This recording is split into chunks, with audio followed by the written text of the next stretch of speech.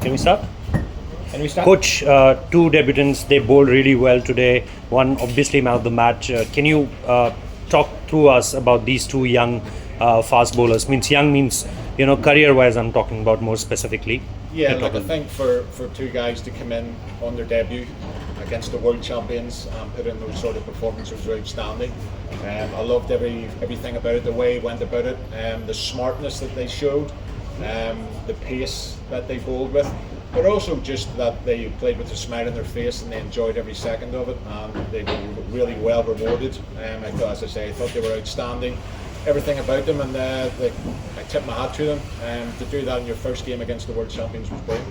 Coach, defending 180 odd against a team like India, who had a deep batting lineup on this ground, which is probably not the biggest ground in the world. How do you assess the performance of your bowlers as a whole?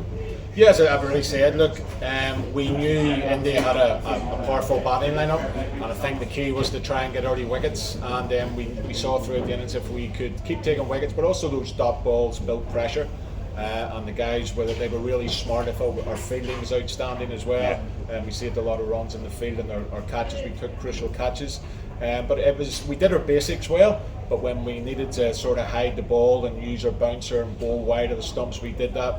And I thought the seamers did a great job, all three seamers and the spinners as well. And how big a day is this for Irish cricket, from its growth point of view, popularity's point of view? I think it's a huge day. We've just beat the world champions in T20 cricket in our own backyard, and beautiful day at Stormont.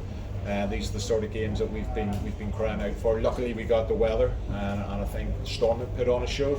And I think the Irish cricket team put on a show today. Coach, how do you assess Jay Mundra's performance?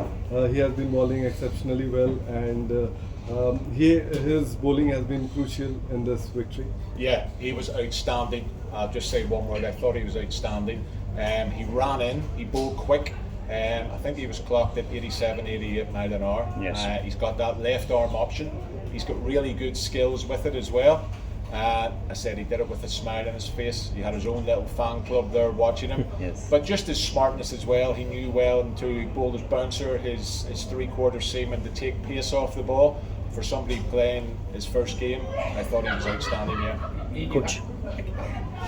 Would Jay have ever got, because how old is he? He's 29. He's 29. Would he, if it wasn't for the 4 or 5 bowlers that are injured, would he have ever got a look in? Because it's not like he's a young up and comer. I know he played a little bit for Leinster, but it didn't feel like he was that close to the setup. Jay, I ran a bit of a fast bowling clinic 18 months ago, and credit to Jay, he travelled across Dublin 2 nights a week and came in and trained with me for 4 months. So I sort of had eyes on him from that period of time. I knew a little bit about him before. A left arm seamer is always a huge commodity in any form of cricket, especially T20 cricket. Yes, you alluded to it, we've got 6 seamers out injured at the minute, but what I've always said, in international cricket now you need to have at least 10 or 12 seamers for backup, and to put competition for places on the guys who are in that first team. But I think Jai has been on our radar, but I think just the way he came in today, did that job. We've watched him for Leinster Lightning over the last couple of years, and he's done an outstanding job with the new ball on at the back end. What does this say about those inter-pros? Because I think they changed for a reason, right? The system, they call it team because maybe the standard wasn't seen as high enough, and then you add that, someone like Steele came in towards the back end of last year and did well. Performances like this increase your faith in that system in terms of preparing players for this? I am a big fan of best v best, and I think going down to the 3 teams, I've been at the festival so far, and I think the standard has risen, and I'm all for that. I'm also all for the Emirates Challenge. We need to get more competitive cricket, more hard cricket, but I think if we can play that sort of best v best, those 3 teams, you'll see performances like that, and he's deserved of what he's done for the Leinster Lightning over the last 24 months.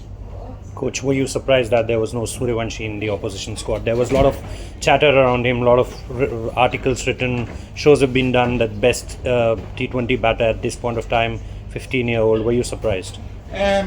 Not really, to be honest, because if you look at that Indian batting order, you've got two guys up the top, or you look at their top six, it's going to be difficult to break into that. Obviously, he's broke records in the IPL and he's 15 years of age. Look, I think he's going to have an unbelievable career ahead of him. Yeah. It just shows the richest in batting in Indian cricket that he hasn't made his debut today. That might come in the next game or the England series, but look, that's not for me to say when he makes his debut. We're just happy that we got a win today. Sure. Thank you, coach. Thank you. It's difficult to sort of break momentum in T20s because it's such a short form. Obviously, there's not a lot of ebb and flow. Obviously, the power play wasn't fantastic.